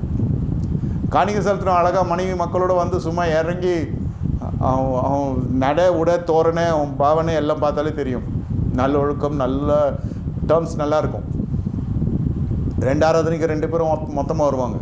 காலைல ஒன்று சாயங்காலம் ஒன்று வந்துச்சுன்னா அதுக்கு கொஞ்சம் வேலையை ரீச்சுன்னு இருக்கணும். இல்லை வீட்டில் கெஸ்ட் வந்துட்டாங்க ஏதாவது ஒன்றுனா பரவாயில்ல. அதாவது பகைமையை காட்டுது அந்த அம்மா. சர்ச்சு இதை தெரியாமல் பாசிட்டிவ் பிரசங்கெல்லாம் பிடிச்சிச்சு, அதனால் இங்கே கண்டினியூ பண்ணுறாங்க. இல்லைன்னா அது ஒரு சபை இது ஒரு சபை போகிற குடும்பங்கள்லாம் இருக்குது. ஆனால் வேதம் என்ன சொல்லுகிறது? மனைவியை நன்மையை கண்டடைகிறோம். இங்கே பாருங்கள், சங்கீத புஸ்தகம் 109 வீட்டில் படுக்கிறதுக்கு முன்னே எல்லாம் இதை படிச்சிருங்க. நன்மைக்கு பதில் 5வது வசனம் சொல்லு, நன்மைக்கு பதிலாக எனக்கு தீமை செய்கிறார்கள், என் சிநேகத்துக்கு பதிலாக என்னை பகைக்கிறார்கள். நீ நன்மைக்கு தீமை செஞ்சால் வர்ற விஷயங்கள்லாம் எழுதப்பட்டிருக்கிறது. கடன் கொடுத்தவன் அவனுக்கு உண்டான எல்லாவற்றையும் அபகரித்து கொள்ளுமா, பிரயாசின் பலனை அந்நியர்கள் புசிப்பாருங்க. இது எதனால் நடக்குது? 11வது வசனம் எப்படி சொல்லுகிறது? சங்கீதம் 109:11 எப்படி சொல்லப்பட்டிருக்குது? கடன் பிரச்சனை வந்துடும். நீதிமொழிகள் 5:10 இதோட கனெக்டிவிட்டி வசனம் இருக்கிறது. அது எழுதி வச்சுக்கொள்ளுங்க. இந்த சங்கீதம் 109 11வது வசனத்தில் அதோடைய கண்டினியூவிட்டி பார்த்தீங்கன்னாக்கா நீதிமொழிகள் 5:10 இருக்கும். அந்நியர் புசிப்பான், அந்நியர் புசிப்பான். உன்னுடைய கையின் பிரயாசம் அத்தனையும் அந்நியர் புசிக்கிறானா, ஏதோ வேசித்தனம் இருக்குது வாழ்க்கையில். அப்படி இல்லைன்னா இந்த விஷயம் நடக்காது. அந்நியர் புசிப்பான் பல ரூபங்களில் நடக்கும். வட்டி மட்டும் நான் சொல்ல, கடன் மட்டும் சொல்ல, எப்படி எப்படி உங்கள் பொருளாதாரம் மிஸ்யூஸ் பண்ணுறோம். மிஸ்யூஸ் ஆகிடும். நீங்கள் லைஃப்பை மிஸ்யூஸ் பண்ணுறீங்கல்ல. கொடுக்கப்பட்ட ஜீவியை நல்ல உடல் ஆரோக்கியம் இருக்கிறது, நல்ல வேலை இருக்குது, கையில் பணம் இருக்குது, ஏன் வீட்டுக்கு வரலாம்ல? என்ன தான் பண்ண அந்த அம்மா? திடீர்னு இது மைனர் வேலையெல்லாம் காட்டினேன், உடல் நல்ல ஸ்ட்ரென்த் இருக்குன்னு, அப்புறம் நாளைக்கு மடங்கடிக்கப்பட்டு கட்டில் கிடையாகி பெட் ரிட்டர்னாக இவ்வளோப்போ அதே மனைவி தான் வரணும். நன்மைக்கு தீமை செய்கிற பொழுது யாரும் இறக்கமும் காண்பிக்க மாட்டாங்க. பிள்ளைகள் திக்கற்ற பிள்ளைகளாக தயவு செய்யாமல் போவார்களாக. பிள்ளைகள் திக்கற்ற பிள்ளைகளாக போயிட்டு தயவும் செய்ய மாட்டாங்க. பிள்ளைங்களும் பார்க்குறாங்க, அன்றைக்கி என்னென்ன ஆட்டம் ஆடினீங்க, அம்மாவாக இருக்கட்டும் அப்பாவாக இருக்கட்டும். அவங்க உத்தியோகமும் வேற ஒருத்தன் பெற்றுக்கொள்வான். பிள்ளைகள் திக்கற்றோல் சில சமயத்தில் அந்த பாவத்தின் சம்பளம் மரணமாயிடும். இந்த மாதிரி கள்ளத்தொடர்புலெல்லாம் போகிறப்போ பொம்பளைக்கு வாழ்க்கை போகும், ஆம்பளைக்கு உயிரே போயிடும். இதை பார்க்குறீங்களே, பேப்பர் எடுத்து பார்த்தா சத்தக்குன்னு குத்தனா கள்ளக்காதன்னு. நீதிமொழிகள் 7 போடப்பட்டிருக்கிறது. அம்பு ஈரில் பிளக்கோன்னு கேட்கறது இல்லை. இந்த மாதிரி திருட்டு தண்ணிக்கு திருட்டு அப்பத்துக்கும் போய் எல்லாம் போயிட்டு வர்றப்போ என்ன ஆகும்? புருஷன் ஊரில் இல்லை, வா திடீர்னு புருஷன் வந்துட்டான், என்ன ஆகும்? இந்த பேப்பரில் பார்க்குறோம் இல்லையா? இதை பார்த்துட்டு சில பேர் மாயிச்சின்னு தன்னை தானே முடிச்சுக்கிறவனும் இருக்கான். சில பேர் அப்படியே புத்தி சுவாதீனம் இல்லாத ஆனவனும் இருக்கான். சில பேர் அங்கேயே செத்து போனவனும் இருக்கான், ஹார்ட் அட்டாக்ல, ஷாக்கு. இந்த மாதிரியெல்லாம் நடக்குது. இந்த பாவம்லாம் யார் மேலே வரும்? கேளுங்க. சிற்றின்ப பிரியம் அவங்க கையின் பிரயாசம்லாம் நாசமாக போயிடும். எந்த பிஸ்னஸ் பண்ணாலும் விளங்காது. பார்த்தா இது வச்சுருந்தார், லாரி வச்சுருந்தார், கார் வச்சுருந்தார், ட்ராவல்ஸ் வச்சுருந்தார், இத்தனை வாகனம், இத்தனை எம்ப்ளாயீஸ் இருந்தாங்க, அத்தனை இது இருந்தது, இவ்வளோ ஃபேக்ட்ரி, அது இதுன்னு. கடைசியில் ஒரு பொம்பளை வச்சுருந்துருக்காரு, சர்ன்னு வந்துட்டார் பழைய நிலைமைக்கு. சொல்கிறாங்க இல்லையா திவாலா வர கேஸுங்கெல்லாம். எல்லாம் ஊடுருவி போய் பார்த்தீங்கன்னாக்கா கணவன் மனைவிக்குள்ளும் பெரிய இடைவெளி இருக்கும். ரெண்டும் ஒன்றோட ஒன்று ஒருத்தர் ரொம்ப சிரமப்படுத்துவான் புருஷன், இல்லை அந்த மாதிரி ரொம்ப சிரமப்படுத்தும். எல்லாம் எங்கள் அப்பா பார்த்துக்கிறாரு, எல்லா செலவும் எங்கள் அப்பா பார்த்துக்கிறாரு, வாயான்னு போய் அது வாடா போடான்னு போய் இப்போ வந்து சகஜமாகிடுச்சு அந்த வக்காபுலரி, வாடா போடான்றது. அப்போ சண்டையில் செய்வாங்க, சண்டையில் யூஸ் பண்ணுறது வாடா போடான்றதெல்லாம். பிள்ளைகள் திக்கற்றுமாக அவன் மனைவி விதவியாகவும் ஆவான். 9வது வசனம் சொல்லுகிறது. அவன் நாட்கள் கொஞ்சமாக போகிறது, நியாயம் விசாரிக்கிற பொழுது குற்றவாளி ஆவான், ஜபமும் பாவமாக போகிறது. ரொம்ப பயமாக இருக்குது அந்த சங்கீதம் வாசித்தா. 109 படிச்சுட்டு படுங்க. சாபத்தை விரும்பினான், ஆசீர்வாதத்தை விரும்பாமல் போனான். இது சொல்கிறதெல்லாம் என்னென்னா, மனைவியை பற்றி இவ்வளோ குறை சொல்கிறான்னா அவன் உங்களை கரெக்ட் பண்ணுறான்னு அர்த்தம். பெண்கள் கொஞ்சம் புரிந்து கொள்ளுங்க. கணவன் மனைவியுமா வராங்களா பேசுங்க. இந்த மனைவியை பற்றி ரொம்ப குறை சொல்கிறான்னா அந்த இதெல்லாம் என்கரேஜ் பண்ணாதீங்க. எது இருந்தாலும் புருஷனும் இருக்கிறப்போ பேச சொல்லுங்கள். இதெல்லாம் வச்சுக்கொள்ளாதீங்க. இதெல்லாம் பாரம், இதெல்லாம் சாபம். நல்லா புரிந்து கொள்ளுங்க. வாழ்க்கையில் ரட்சிக்கப்பட்ட பிறகு, அபிஷேகம் பண்ணப்பட்ட பிறகு, சபைக்கு வந்த பிறகு, திருவிருந்து எடுத்த பிறகு என்ன, அதான் சொல்லிட்டேன், காணிக்கெல்லாம் கொடுக்க முடியாது இந்த மாதிரி ஆளுங்களால். கொடுத்தாலும் கர்த்தரை ஏற்றுக்க மாட்டார், அவன் கொடுக்க மாட்டான். ஃபஸ்ட்டு இது பிடிக்கவும் பிடிக்காது. ஃபஸ்ட்டு இந்த மாதிரிலாம் பேசுறது. எல்லோரும் ஒழுங்காக இருக்கிறாங்க, யூரினாடானா சும்மா எல்லாரெல்லாம் பேசிட்டு இருக்காரு. இன்னும் யார் செய்யலை? எல்லோரும் தான் செய்கிறான். செய்வான், அவன் செய்வான், இன்றைக்கெல்லாம் நாளைக்கு இறங்குவான். சந்ததியாரும் அவர்களுடைய 2ஆம் தலைமையில் ஒரு பேர் அற்று போய்விடும். எப்படி பேர் அற்று போயிடும்? பரிசுத்தவானுடைய பட்டியலில் நீங்கள் வந்து கொண்டிருக்கிறீங்க. இந்த நடுவில் இந்த மாதிரி ஒரு 30 வயசுலேருந்து 40 வயசுக்குள்ளே ஏற்படுகிற விஷயம் 50 வயசாகும் நீங்கள் வெளியே வரத்துக்கு. அப்போ கூட பாவ நிவர்த்தி நடக்குதா என்னன்னு தெரில. இந்த மாதிரிலாம் அசுசியான காரியங்களுக்குள்ளே போகிறப்ப பிள்ளைங்கள் எழுந்துருவாங்க. You don't know the seriousness. Not that you don't know, but it's my duty to preach about it. இந்த மாதிரிலாம் வேசித்தனத்தில் போய் மனைவிக்கு துரோகம் பண்ணுறவங்க வாழ வயசை தன் பிள்ளைகளை எழுந்து விடுவாங்க.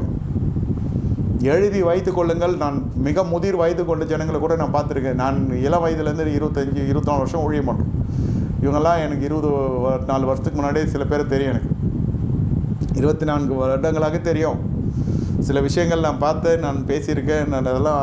நான் பார்த்தோன்னே சரிவாங்க. அப்புறம் ரிலேஷன்ஷிப் உடச்சிடும். கடைசியில் பார்த்தா பிள்ளைகள் வாழ வயதில், பிள்ளைக்கு 50 வயசு தாண்டிடும். பிள்ளைகள்லாம் பார்த்தா முடிவெல்லாம் ரொம்ப கொடூரமாக இருக்கும். நான் நினச்சேன், என்னமோ நினச்சேன் நான். அப்புறம் தான் எனக்கு ஞாபகப்படுத்தினார் ஆண்டவர். அன்றைக்கி நீ 2001 உரைச்ச தீர்க்க தரிசனம் அவங்க செவி சாய்க்கல, தொடர்ந்தது வேசித்தனம், நியாயம் தீர்த்துட்டேன்.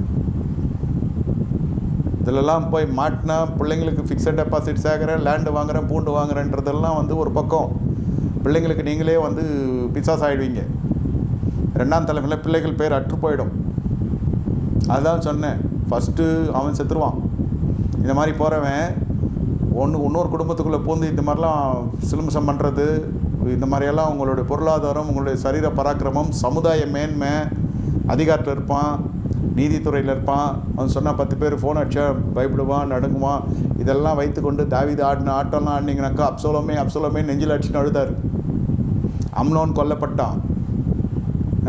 தாமருடைய கற்பு தீட்டுப்பட்டது. நம்ம வீட்டிலே நடக்கும். நம்ம வெளியில் பண்ணுற வாலிப விளையாட்டெல்லாம் நம்ம வீட்டுக்குள்ளே வரும். வாசல் படியில் பட்டையை வந்துடும். அப்போ கூட தாவீது உயிர் போல எல்லாம் பார்க்கும்படியே கத்தர் வச்சுருந்தார். இதெல்லாம் பிள்ளைங்க அடக்காராதனை பெற்றோருக்கு பண்ணுவாங்களா? வயதிக வயசில் பிள்ளைகளுக்கு பெற்றோர் வந்து அடக்காராதனை பண்ணுவாங்களான்னு நீங்கள் தான் யோசிச்சுக்கணும். இதெல்லாம் சொல்கிறதுக்கு தான் சபை இருக்கிறது. சொல்லலைன்னா யாரும் சொல்ல முடியாது. இப்போ சொல்கிறேன், ஊடகத்தில் கேட்பீங்க, போட்டு கேளுங்க. வேத ரீதியாக சொல்கிறேன். இந்த மாதிரி கள்ள தொடர்பில் இருக்கிறவங்க பிள்ளைகளை எழுந்துருவீங்க. அவங்களும் அந்த தீட்டான ஒரு இதில் போயிடுவாங்க. தாய் எப்படி எசேக்கியேல் 16 வாசிக்கிறதுக்கு தாய் எப்படி பிள்ளை அப்படி தான் இருக்கும். இது இயேசு ரத்தத்துக்கு சம்மந்தமே கிடையாது. இதுக்கு திருவிருந்து எடுக்கிறது வேஸ்ட்டு. இதுக்கு கொடுக்குறவன் ஐயோ. இது உண்மை, இது சத்தியம், இது சத்தியம், இது சத்தியம். 4 வயதுக்கு குமாரர்களை சாக கொடுத்துருவீங்க. அப்சலோமே அப்சலோமே அப்சலோமே நல்ல கனி கொடுக்கறது தான் போகும். விலைக்கு சொல்கிறேன். எது 5 பசங்க 4 பசங்க 3 பசங்க 2 பசங்க எது உங்களுக்கு ரொம்ப பிடிக்குமோ, எது உங்களுக்கு ஆசீர்வாதமாக இருக்குதோ, மாதம் மாதம் பண்ண அனுப்புவான். என் பொண்ணு தான் எனக்கு பண்ண அனுப்புவா. என் பையன் கூட கண்டுக்க மாட்டான். பசங்களே இந்த பையன் தான் எனக்கு ஆறுதலாக இருக்கான். அப்சலோம் அவ்வளோ உயரம், சுருளான முடி, அழகு, அப்சலோமை போல் பறக்கிறோம் யாரும் இல்லை. என்ன சொல்கிறதே தெரியாது. எது அழகிய பிள்ளை, எது உங்களுக்கு ஆசீர்வாதமாக இருக்கிறதோ. இந்த அசுசி வந்து அந்த பிள்ளையினுடைய ஜீவனை எடுத்து போட்டுரும். தெரியாது உங்களுக்கு. யாரும் மந்திரம் பண்ண வேண்டியதே இல்லை. நான் தான் 2 அங்கம் பண்ணுறேனே. இள வயதின் மனைவிக்கு நீ துரோகம் பண்ணுகிறாயே. ஒருவனை அல்லவா படைத்தார், ஒருவனை படைத்தார். அவன் தேவ பக்தியுள்ள சந்ததியை பெருமடி தான் என்று சொல்கிறேன். நீ போய் இன்னொருத்தி பொண்டாட்டி கூட படுத்த தீட்டுப்படுத்த, பரிசுத்தமாக விவாகம் கொஞ்சம் தீட்டுப்படுத்த. அங்கேயே எபிரேயர் 13:4 சொல்லப்படுது. யாராவது சில பேர் சொல்லுவாங்க சங்கீத புஸ்தகம் 106 9 வந்து பழைய ஏற்பாடுன்னு. சங்கீத புஸ்தகத்தில் 100 பழைய ஏற்பாடு, எபிரேயர் புதிய ஏற்பாடாச்சு. நேற்று என்று மாறாத கர்த்தர் அன்றைக்கி செங்கடல் திறந்தார், இன்றைக்கி திறக்கணும். அன்றைக்கி எழுதப்பட்ட வசனம் மட்டும் நம்மளுக்கு வேணாம். என்ன இதெல்லாம் வந்துலாம் please don't take things for granted. இல்லை, இது அப்சலோமுடைய மரணம் தாவீதால சரிஞ்சிட்டான் மனுஷன். போதும்டா அப்போ இந்த பத்சேபால் கூட போனதும் போதும். மற்ற விஷயம் கூட கர்த்தர் பொல்லப்பா படலை, பழைய ஏற்பாட்டில் சொல்லப்பட்டிருக்கு. ஆனால் இந்த பத்சேபால் விஷயத்தில் அங்கே ஒரு உயிர் வேட்டை. அது உரியாவை கொலை பண்ணது எப்படி கர்த்தர் நினைக்காமல் இருப்பாரா? உரியாவை அவன் பார்வைக்கு அற்பமானவனாக கூட இருக்கட்டும், அவன் மென்டல் ஃபெலோவாக கூட இருக்கட்டும். பாருங்கள், என்னென்னலாம் அதிகார மையத்தில் உயர்த்துக்கிற பொழுது, கர்த்தரவங்களை உயர்த்துக்கிற பொழுது, பறக்கிறோம், சரீரத்தில் பறக்கிறோம் இருக்கிற பொழுது, கையில் நல்ல ஐஸ்வர்யம் செழித்து ஓங்குற பொழுது, ஏன் உங்களுக்கு இன்னொரு வீடு கேட்குதா? ஆனால் அதனுடைய பலன் இது. நீங்கள் 80 வயசு 90 வயசு ஆனால் கூட இந்த சத்தியத்துக்கு மாறாத சத்தியம் அது. நீங்கள் இருப்பீங்க வளர்த்து ஆளாக்கி பிள்ளைகள்லாம் பார்த்து, பிள்ளைகளே பேர பிள்ளைகள் கூட இருக்கிற நேரத்தில் நடு வயதில் அந்த பிள்ளை கையை இது உலகத்தொட்டு கடந்து சென்றோம். எத்தனை சாவுகள் நான் கண்ணார பார்த்துருக்குறேன். அப்புறம் என்னை கூப்பிட்டு கேட்பாங்க ஏன் இப்படி நடந்துச்சுன்னு. அப்புறம் நான் அவங்கள கூப்பிட்டு சொல்லுவேன், இல்லை व्यசனமாக இல்லை, இது நீ அப்பயாவது மனம் திரும்புவாங்க. ஆனால் அதிலே மனைவிமாருங்க சொல்லியிருக்காங்க, என் புருஷனுடைய பாவம் தான் இந்த மாதிரி அடிச்சுது. புருஷன் சொன்னதில் இது வரைக்கும் மனைவி பாவம் இப்படி அடிச்சுது. இந்த அசூசியான காரியங்கள்லாம் 1000 கருத்துவரோடு குடும்பம் நடத்துகிற பொழுது வரதான் செய்யும். நான் தான் சொல்கிறேன், சோறு வடிக்கிறதுல பிரச்சனை இருக்குன்னு. அப்புறம் ஒரு மனுஷனோட வாழ்கிறப்ப பிரச்சனை வராதா? அதுக்குன்னு சோறு நம்ம தான் இருக்கிறோமா? இல்லை சோறு வடிக்காமல் தான் இருக்கிறாங்களா? அதுக்குன்னு போயிட்டு இந்த மாதிரி துணிகரமான பாவத்திலெல்லாம் போய் விழுந்து நாசமாகி சபையை மாற்றிக்கலாம். இது வாழைய இந்த பாஸ்டரே வாழ நம்மளுக்குன்னு கூட போகலாம். இந்த பாவம் பின்தொடரும் வேதம் சொல்லுகிறது. எவன் வீடாக இருந்தாலும் விடாது. வேத வசனம் பறக்கும், பட்டயம் பறக்கும். வீட்டில் பிள்ளைகளுக்குள்ளே ஒன்றோட ஒன்று அடிச்சுக்கும். சொத்து தகராறு வருது, என் வாசனையை கெடுக்க பண்ணுகிறாங்க பசங்க, நிம்மதியாகவே இருக்க முடியல. ஒரு சிலுமிஷம், ஒரு சிற்றின்பம், இது யாருக்கும் தெரியாது. இது உங்கள் வளர்ச்சி, உங்கள் புகழ்ச்சி, உங்கள் குடும்பத்துக்கு மகிழ்ச்சியை கொடுக்கணும். எதுவும் கேட்க முடியாது. கேட்டால் அந்த மனுஷன் மொத்தமாக போய் சொத்தெல்லாம் அவ பேரில் எழுதி வச்சுருவான்னு கம்முன்னு இருப்பாங்க வீட்டில் இருக்கவங்க. சர்வாதிகாரி அதில் சில பேர் இருப்பாங்க. அதெல்லாம் கொம்புகள் உயர்ந்து நினைக்காதீங்க. பிள்ளைங்களுக்கு பெரிய சவப்பட்டி செஞ்சு கொண்டிருக்கிறீங்க. வாழ வயதிலே குமாரன், வாழ வயதிலே குமார்த்திகள் உடையவர்கள். பிள்ளைகள் கர்த்தர் கொடுக்குற ஆசீர்வாதம், சுதந்திரம், அது நியாய தீர்ப்புக்கும் கர்த்தர் பயன்படுத்துவார். நம்ம ஆசீர்வாதத்தின் சின்னமாகவும் கர்த்தர் பயன்படுத்துவார். சில பிள்ளைகள்லாம் பார்த்தா அது பார்க்குறப்ப சந்தோஷமாக இருக்கும், நல்ல விருத்தி அடைஞ்சு வரும். தவப்பன் இப்படி போய் கொண்டிருப்பான், எனக்கு கண்ணில் தண்ணியே வந்துடும் பார்க்குற பொழுது. வந்தால் நியாயத்திருப்போம், அந்த பிள்ளை மேலே தான் வரும். வந்திருக்கு அப்சலோமே இப்படிப்பட்ட ரூபமுள்ளவன், அழகிய மனுஷன், செத்து போயிட்டியப்பா. அம்னோன் சாவு கூட அவள் அழுவல. அந்த தாவீதுக்கு பத்சேபாலுக்கும் பிறந்த ஒரு பிள்ளையை அடித்தார், 7 நாள் உபவாசம் இருந்தார், அவ்வளோதான். அதுக்கெல்லாம் அவள் அழுவல. சரி, கத்தர் கொடுத்தாரு, கத்தர் எடுத்தார், எனக்கு தெரியும், அப்போ சாப்பிட்டு போகலான்னு. இனிமேல் குழந்தைகிட்ட தான் நான் போகணும், தர நான் போக மாட்டேன்ட்டார். ஆனால் அப்சலோமுக்கு தாங்க முடியலையா. அப்சலோமே, எனக்கு கண்ணீர் வரும் தாவீதினுடைய அழுகை பார்க்குற பொழுது. தாவீதை குறித்து உங்களுக்கு தெரியாது இல்லை, நான் எப்படியெல்லாம் பேசியிருக்கேன். ஆனால் அப்சலோமுடைய மரணத்தை தாவீதால் ஏற்றுக்கொள்ள முடியவில்லை. அப்படியே சரிஞ்சிட்டாயா மனசை, மலையாக இருந்த மனசு சரிஞ்சிட்டான். அப்சலோமே, அப்சலோமே, ரூபோ மிகப்பெரிய ஒரு பராக்கிரமசாலி, சௌந்தரியவான். அவனை போல இஸ்ரவேலில் யாரும் இல்லை. Outstanding candidate. என் பிள்ளை கோல்டு மெடலிஸ்ட்டு, என் பிள்ளை டாப்பரு, என் பிள்ளை அவுட்ஸ்டாண்டிங் கேண்டிடேட். அந்த பிள்ளைய தான் பிரச்சனையாகிடும். ஏன் இந்த இள வயது மனைவிக்கு துரோகம் பண்ணுகிறாய்? அது ஒரு பேக்ரவுண்ட் இல்லாத பொண்ணாக கூட இருக்கட்டும், அதுக்குன்னு வந்து கேட்கறதுக்கு அண்ணன் தம்பியும் இருக்க மாட்டான், அம்பாத்தெல்லாம் இருக்க மாட்டான் அப்படின்னு நினைக்காதீங்க. வசனம் வந்து நிற்கும். இள வயது மனைவிக்கு துரோகம் பண்ணுகிறாய், தள்ளி விடுதலை, வெறுக்கிறேன். வாயை திறந்தா டைவர்ஸ், வாயை திறந்தா டைவர்ஸ். ஏன்? பொருளாதாரம் இருக்குது, நல்ல ஸ்திரமாக வீடு வாசல் அதிகாரம் எல்லாம் வந்துடுச்சு. அதனால் வாயை திறந்தோன்னு டைவர்ஸு, நான் தள்ளி விடுறேன், நான் நோட்டீஸ் அனுப்புகிறேன், நான் இதை பண்ணுறேன், நான் அதை பண்ணுறேன். என்னென்னலாம் செய்து அந்த குடும்பத்தை உடைத்துக்கொள்ள முடியுமோ அம்பிட்டு செஞ்சு உடச்சி செகண்ட் இன்னிங்ஸில் இது எல்லா சிறுமையும் பட்டு அதில் அவன் பேர் அற்று போயிடும். ஐயா, பேர் அற்று போயிடும். 2வது தலைமுறையில் உங்கள் பிள்ளைங்கள் இருக்காது என்று வேதம் சொல்லுகிறது. அந்த பர்த்டே கொண்டாடுறப்பெல்லாம் வந்து இதெல்லாம் கொண்டாடாது. பர்த்டே பிஸியாக இருக்கிறானுமா, ஃபோன் அனுப்பிச்சிடுவான். கல்யாண நாள் கொண்டாடவே மாட்டான். மற்றவங்க பசங்களை எப்படி நீங்கள் ட்ரீட் பண்ணுறீங்களோ, நடத்துகிறீங்களோ, அதாவது என்னென்னா, வேறு வீட்டு பெண், அது உங்களுக்கு மனைவியாக வருது அந்த அம்மா, அதை எப்படி நடத்துறீங்களோ அதை பொறுத்து தான் உங்கள் பெண் பிள்ளைகள் நாளை போகிற வீட்டில் வாழ்வாங்க. இதை இவ்வளோ சிறுமப்படுத்திட்டு பிள்ளைக்கு போய் நல்லா வாழணும்னு நினைக்காதீங்க. மனைவிக்கு செய்கிற துரோகம் நிறைய மலடுகள் உண்டாகும். சந்ததியின் வாழ்க்கையில், 2வது தலைமுறை வாழ்க்கையில் மலட்டுத்தன்மை வந்துடும். அதுக்கு வம்சம் வளராது. நான் சபிக்கலை, வசனம் சொல்லுகிறது சொல்கிறேன். பேரற்று போகும், அவர்களுக்கு ஒரு வம்சமே இல்லாத போயிடும். ஐவிஎஃப், அந்த எஃப், எந்த எஃப்னா நீ பார்த்துனுக்கிற என்ன பார்த்துட்டு இருக்கீங்க ஃபோனில், இதெல்லாம் கொண்டு போய்டும் இன்னொருத்த வீட்டுக்கு. இதெல்லாம் very common world we are living in a very common world. இது மாதிரி நிறைய சுத்தம் வீதிகளில். எனக்கு புருஷன் சரியில்லை, எனக்கு வருமானம் இல்லை, எனக்கு அடிப்படை தேவையில்லாத ஒரு பெண்மணி பிள்ளைகளோடு இருக்கா. அவள் எதை மையப்படுத்தி அசி பண்ணிட்டுவா, பாலியலில் தான் வந்து நிற்கும். அது எப்படி அடுத்த மாதம் நீங்கள் காசு கொடுப்பீங்க? அதுக்கு தான் சபையில் சொல்கிறது, இந்த தான தர்ம விஷயம்லாம் அந்த காலத்தில் சபை வழியாக போச்சு. இந்த விதவைக்கு ஹெல்ப் பண்ணுறேன், அது பண்ணுறேன், இது பண்ணுறேன்னு போனால் யாக்கோபு 1 கடைசி வருஷம் சொல்லுது, சுத்த பக்தியாக இருக்கணும்னு சொல்லுது. விதவைக்கு திக்கற்ற பிள்ளைங்களையும் மனைவி இருக்குல்ல, மனைவி வச்சு செய், இல்லை சபை இருக்குல்ல, சபையில் வச்சு செய். அதனால தான் இதிலெல்லாம் நம்ம ரொம்ப தலையிடுறதில்லை. இருக்கிற பிரச்சனையே போதும். சொல்கிறேன், விதவிக்கு ஹெல்ப் பண்ணுறேன், அது பண்ணுறவங்க பண்ணிட்டோம். நான் அதில் தர சொல்கிறேன். தனியாக போய் நான் விதவியாக இருக்கிறேன், அவங்ககிட்ட போய் நான் இது பண்ணுறேன், ஹெல்ப் பண்ணுறேன்னா அந்த ஹெல்ப் அடுத்த வாட்டி வரதுக்கு என்ன பண்ணுவாப்போ? விதவைகளை குறித்து வேதம் சொல்லியிருக்குது, நானும் நிறைய வாட்டி சொல்லியிருக்கிறேன்.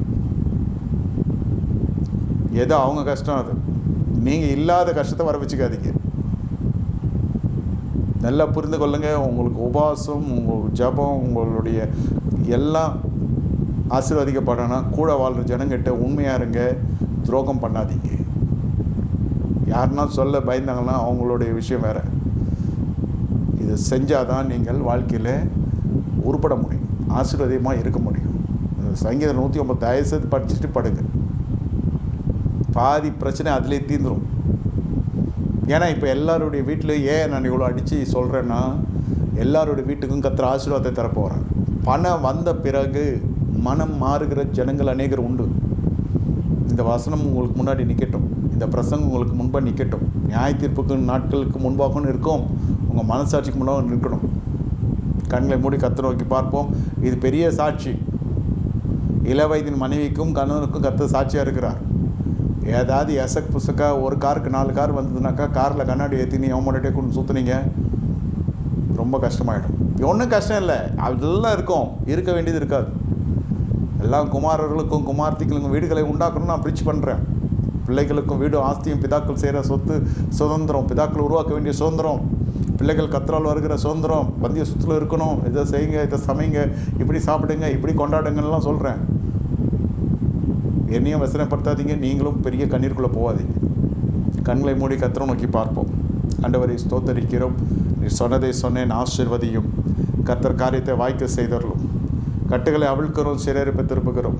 இன்று முதல் கர்த்தாவே ஆசீர்வாதத்தை தார். இள வயதின் மனைவிக்கு ஆண்டவரே உத்தமமாக இருக்க உங்களுடைய அடியார்களை நினைத்தருள்வீராக.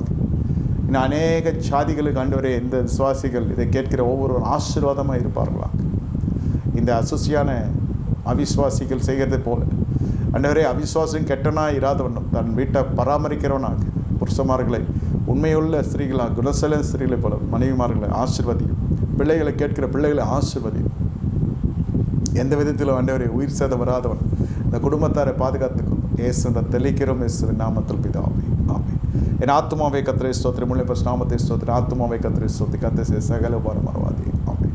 கர்த்தராகிய இயேசு கிறிஸ்துவின் கிருபையும் பிதாவாகிய தேவனுடைய அன்பும் பரிசுத்த ஆவியானவரின் ஐக்கியம் நம் அனைவரோடு கூட சதாகாலம் சொல்ல பரிசுத்தவான் கூட இருப்பதாக. ஆமென், ஆமென். நன்றி, வணக்கம். Day after tomorrow